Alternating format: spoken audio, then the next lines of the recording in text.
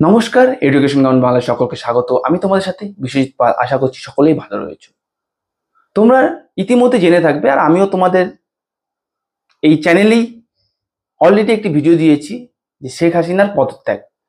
কেন শেখ হাসিনা পদত্যাগ করলেন? বাংলাদেশের যিনি প্রাইম মিনিস্টার ছিলেন তিনি কিন্তু এবছর এই গত 5 অগাস্ট কিন্তু তিনি পদত্যাগ করেছেন তার প্রধানমন্ত্রী পদ থেকে, এবং সেখানে কিন্তু সেই সরকারকে পুরোপুরি রিজলভ করে দেওয়া হয়েছে এবং বর্তমানে কিন্তু সেখানে আর্মির শাসন চলছে এবং ইন্টারিম গভর্নমেন্ট তৈরিরও পরিকল্পনা চলছে, যেখানে মোহাম্মদ ইউনিস যিনি নোবেল জয়ী, তাকে কিন্তু ইন্টারিম গভর্নমেন্টের প্রাইম মিনিস্টার হিসাবে সেখানকার যে ছাত্র আন্দোলনের যে নেতারা ছিলেন তারাই কিন্তু তার নাম রেকমেন্ড করেছেন আর্মির কাছে।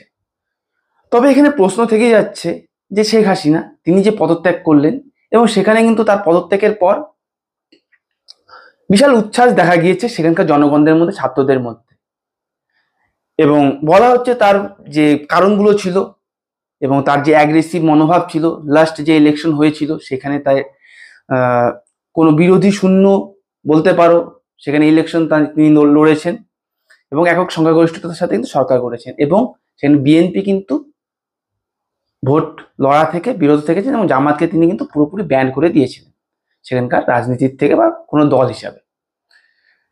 তো এখানে বলা হচ্ছে যে সেখানে শেখ হাসিনার কাছে ছাত্রদের যে দাবি ছিল যে কোটা, মুক্তিযোদ্ধাদের যে কোটা, সেটাকে পুরোপুরি সরিয়ে দিতে, অর্থাৎ সেখানে যে 30% কোটা পুরোপুরি মুক্তিযোদ্ধাদের বর্তমানে নাতিপুতিরাই পেতেন। কেননা যেই সময় মুক্তিযোদ্ধাদের দেওয়া হতো সেটা যুক্তিযুক্তই ছিল, কিন্তু তার পরবর্তীতে ছেলে এবং বর্তমানে তার নাতিপুতিদের দেওয়া হতো যেটা যুক্তিসঙ্গত না, কেননা বর্তমানে মেধার ভিত্তিতে যারা রয়েছেন তারা কিন্তু এই সুযোগ পেতেন না এবং তারা পিছিয়ে পড়তেন সমস্ত কম্পিটিটিভ এক্সাম বা গভর্নমেন্ট জব থেকে। এছাড়াও ছিল এক্সট্রা 26%, অর্থাৎ 56% টোটাল কোটা ছিল সেখানে ডিস্ট্রিক্ট এবং পিছিয়ে পড়া জাতি এবং মহিলাদের মিলে। তো যথারীতি সেখানে আন্দোলন শুরু হয়েছিল, কিন্তু শেখ হাসিনা কিন্তু সেখানে সেটাকে বুদ্ধিমত্তার সাথে, সংযমের সাথে কন্ট্রোল করতে না পেরে এবং কন্ট্রোল না করে কন্ট্রোভার্সিয়াল বক্তৃতার মাধ্যমে তাদেরকে কিন্তু আরো উত্তেজিত করে, রাজাকার বলে সম্বোধন করে, এরকমই বলা হচ্ছে বিভিন্ন সোর্সে, এবং কি তার একটা ইন্টারভিউ সেটাই কিন্তু দেখানো হয়েছে।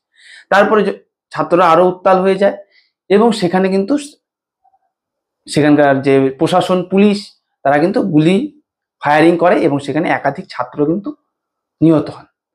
এরপরে দেখা যায় আন্দোলন আরো চরম পর্যায়ে যায়, কিন্তু পরবর্তীতে সরকারের পক্ষ থেকে যে সুপ্রিম কোর্টে আবেদন করা ছিল, সুপ্রিম কোর্ট তাকে পুরোপুরি এই যে কোটা সিস্টেমকে বলতে পারো পুরোপুরি হটিয়ে দেন এবং শেষ পর্যন্ত 7% কোটা সিস্টেম রাখেন।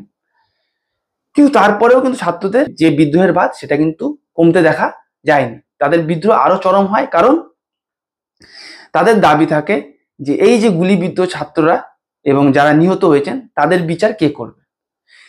কিন্তু সেখানে দেখা গেল যে শেখ হাসিনা কিন্তু এই জিনিসটাকে কন্ট্রোল করার বদলে, আলাপ আলোচনা করার বদলে, যদিও শেখ হাসিনা আলাপ আলোচনা করতে চেয়েছিলেন, ছাত্ররা সেখানে আলাপ আলোচনা করতে চায়নি এই কারণেই যে তারা বলেছেন যে ছাত্ররা গুলিবিদ্ধ হয়েছেন, তাদের যারা নিহত হয়েছেন তাদের বিচার কি হবে, যারা গুলি করেছেন তাদের বিচার কি হবে, তার জন্য কিন্তু সেখানে আলোচনা যায়নি, এটা বলা হচ্ছে। সেখানে শেখ হাসিনা কিন্তু চেয়েছিলেন আবারও দমন পীড়নের সাথে তাদেরকে কন্ট্রোল করতে, এবং আবারও চেয়েছিলেন প্রতিশোধ নিতে, যে যারা সেখানে যে ছাত্ররাই শুধু ছিল তা নয়, তার বক্তব্য অনুযায়ী সেখানে যে বিরোধী দলের নেতারা ছিলেন, বিরোধী দলের সন্ত্রাসবাদিতা করেছেন, সন্ত্রাসবাদীর পেছনে বিরোধী দলের নেতারাও কিন্তু যুক্ত ছিলেন। এই কথার পরে কিন্তু সেখানে উত্তাল পরিস্থিতির সৃষ্টি হয় এবং দেখা গেছে যে সেই জনতা বিভিন্ন থানা, পুলিশ, জেলে কিন্তু আগুন ধরে দেয় এবং সেখান থেকে কদিওরাও সেখান থেকে পলায়ন করেন, এবং দেখা গেছে বিভিন্ন টেরোরিস্টও সেখান থেকে যারা ছিলেন সেই জেলে আটকা সেখান থেকে কিন্তু ছাড়া পেয়ে যান। তো এখানে দেখা গেছে তিনি আরো অ্যাগ্রেসিভ ভূমিকা নেন এবং ছাত্রদেরকে গণহারে অ্যারেস্ট করতে থাকেন এবং সেখান থেকে জনগণদেরও অ্যারেস্ট করতে শুরু করেন। সেখানে দেখা যায় যে লাস্ট রোববার অসহযোগ আন্দোলন ডাক দেন ছাত্ররা, এবং সেখানেও কিন্তু বলা হয় বাংলাদেশের ইতিহাসে সব থেকে উচ্ছৃঙ্খল দিন সেই দিনটিকেই বলা হয়ে থাকে। পরবর্তীতে শেখ হাসিনা কিন্তু তার আর্মি যে সেনা প্রধান তার নিয়োগ করাই এক মাস পূর্বেই তাকে নিয়োগ করা হয়েছে, তিনি কিন্তু গিয়ে সেখানে শেখ হাসিনাকে 45 মিনিট সময় দেন এবং বলেন যে পদত্যাগ করতে এবং দেশ ছেড়ে চলে যেতে। সেখানে শেখ হাসিনা জাতির উদ্দেশ্যে বক্তৃতা দিতে চাইলেও বলেন যে এখন সময় নেই, তাকে ইতিমধ্যেই বিমান দেওয়া হচ্ছে সেনাবাহিনীর তরফ থেকে, তিনি যেন বিমানে করে চলে যান। তো সেই মুহূর্তে তিনি রিজিগনেশন দেন, রিজাইন করেন এবং সেখানে তার বোনকে রেহানাকে নিয়ে দেশ ছাড়েন। কিন্তু তারপরে বিজয় উৎসব প্রথমের দিকে দেখা গেল, পরবর্তীতে কিন্তু দেখা যায় এক উন্মাদ জনতার উচ্ছ্বাস।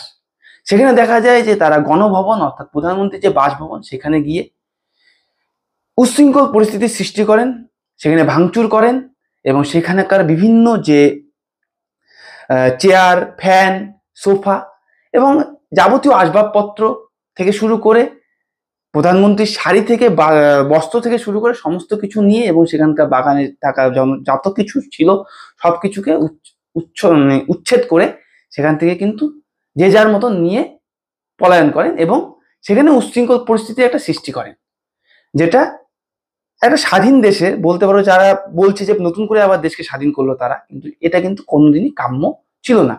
এছাড়াও দেখা গেছে যে বঙ্গবন্ধু শেখ মুজিবুর রহমান, যাকে জাতির পিতা বলেন বাংলাদেশের জনগণ এবং সমগ্র বিশ্বে কিন্তু তাকে জাতির পিতা বলেই বলা হয়, এবং বাংলাদেশের গঠনের পেছনে, বাংলাদেশকে আলাদা দেশ হিসাবে গঠনের পেছনে কিন্তু যার ভূমিকা অনস্বীকার্য ছিল, তার মূর্তিকেও কিন্তু ভাঙতে দেখা যায় এবং তার উপরে উঠে কিছু উন্মত্ত জনতার বিরূপ আচরণ এবং দেখা যায় সেনাবাহিনীর দ্বারাও তার মূর্তিকে ভাঙার প্রচেষ্টা করা হচ্ছিল এবং ভেঙেও ফেলেছে বলা হয়। দেখা গেছে মূর্তির উপরে উঠে প্রস্রাব পর্যন্ত করার চিত্র, যা বলতে পারো বর্তমান সময়ে এসে একটা স্বাধীন দেশে যেখানে তারা স্বাধীনতা বলে বিজয় উৎসব বলে পালন করছে, এটা কোন বিজয়ের ছবি সেটা বোঝা বড় মুশকিল হয়ে দাঁড়াচ্ছে। সেখানে তাদের দেশের যে গঠনকারী তাকেও ন্যূনতম সম্মান দেওয়া হয়নি। এছাড়া এই উত্তেজিত জনতা কিন্তু আমাদের কবিগুরু বিশ্বকবি রবীন্দ্রনাথ ঠাকুরকেও কিন্তু ছাড়েননি, যিনি আমাদের দুটি দেশেরই জাতীয় সঙ্গীত, এত সুন্দর জাতীয় সঙ্গীত উপহার দিয়েছেন, যেই জাতীয় সঙ্গীতকে আমরা দুই দেশের সকলেই গেয়ে থাকি এবং বলা হয় যে বিশ্বের সব থেকে সুন্দর জাতীয় সঙ্গীতগুলোর মধ্যে কিন্তু সেই জাতীয় সঙ্গীত তিনি বানিয়েছেন এবং তিনি নিজেই কিন্তু সেই জাতীয় সঙ্গীতগুলো সুর দিয়েছেন। কিন্তু তাকেও কিন্তু সেই উত্তেজিত জনতা ছাড়েনি। তার মূর্তির মধ্যে সেলুটেপ এবং বইয়ে দেখা গেছে হাতে রাখা যে গীতাঞ্জলি পুস্তক, সেখানেও কিন্তু পেরেকের ছবি দেখা গেছে। তো যেটা খুবই বেদনাদায়ক বর্তমান সময়ে দাঁড়িয়ে। এছাড়াও দেখা গেছে বিভিন্ন রাস্তাঘাটে উন্মাদনা, বিভিন্ন স্থাপত্য ভাঙচুর এবং বলা হচ্ছে যে সেখানকার যে হিন্দু জনগণ, হিন্দু জনতা বসবাসকারী, তাদের বাড়িতেও কিন্তু হামলা করা হচ্ছে। বিভিন্ন যারা হিন্দু পরিবারের সদস্যরা রয়েছেন, যারা সেখানে ব্যবসা বাণিজ্য করছেন, তাদেরকে কিছু কাছে গিয়েও কিন্তু তোলাবাজি করছেন বিরোধী দলের নেতারা তাদের বক্তব্য অনুযায়ী এবং ভাঙচুর করছেন এবং আগুন লাগিয়ে দেওয়ার কথাও কিন্তু সামনে আসছে। বলা হচ্ছে সেখানে যে বিরোধী জামাত এবং বিএনপি নেতারা কিন্তু সেখানে উচ্ছৃঙ্খলতা ছড়াচ্ছে, যারা আওয়ামী লীগ দলটিকে সমর্থন করত। শুধু যে হিন্দু তা নয়, মুসলিম কিছু ফ্যামিলিতেও কিন্তু এরকম উচ্ছৃঙ্খলতা দেখা গিয়েছে এবং মুসলিম পরিবারের বাড়িতে গিয়েও কিন্তু এরকম ভাঙচুর করা হয়েছে, যেখানে দেখা যাচ্ছে যে তারা যে অন্তর্বর্তী সরকার গঠন এখনো হয়নি, কিন্তু পরবর্তীতে অন্তর্বর্তী সরকার গঠনের পরে কিন্তু আবারও ইলেকশন হয়ে, যেটা নিয়ম বলছে ইলেকশন হয়ে কিন্তু আবারও সরকার, পার্মানেন্ট সরকার আসবে। কিন্তু সেখানে যদি বিএনপি জামাত এরা নিজেরা ভেবে বসে যে তাদের হাতে ক্ষমতা চলে গেছে, এটা কিন্তু দেশের জন্য এবং ক্ষমতা নিয়ে নিয়েছে এবং ভাবছে যে সমস্ত শাসন ভার তাদের হাতেই চলে এসেছে এবং তারা যা খুশি করবেন, তাহলে কিন্তু একটা বলতে পারো দেশের জন্য চিন্তাদায়ক ব্যাপার হয়ে দাঁড়াচ্ছে। এবং সেখানকার জনগণরাও যারা এখন বুঝতে পারছে যে এখানে যে ছাত্র আন্দোলনের পেছনেও যে একটা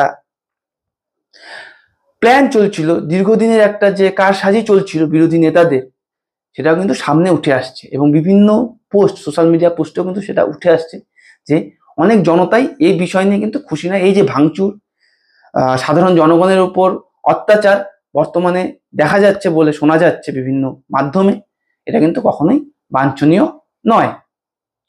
এর ফলে কি হচ্ছে, বাংলাদেশের যে সম্পত্তি, যে পাবলিক প্রপার্টি, গণভবনের সম্পদ, এই যে পাবলিক প্রপার্টিকে ধ্বংস করা হচ্ছে, এর ফলে কি হচ্ছে, এই জিনিসগুলোকে কিন্তু পুনরায় আবার গঠন করতে হবে, তৈরি করতে হবে। সেটাখানে কিন্তু সেখানকার জনগণদের বোঝা উচিত এই জিনিসগুলোকে পুনরায় স্টাবলিশ করতে, গঠন করতে কিন্তু তাদের থেকেই ট্যাক্স নেওয়া হবে হাই রেটে।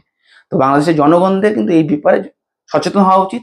অবশ্যই ছাত্র আন্দোলন গ্রহণযোগ্য, আমি এই নিয়ে কিন্তু একাধিক ভিডিও বানিয়েছি ছাত্র আন্দোলন এবং সেখানে বাংলাদেশের পরিস্থিতি নিয়ে, বাংলাদেশের ছাত্র আন্দোলনের পরিস্থিতি নিয়ে।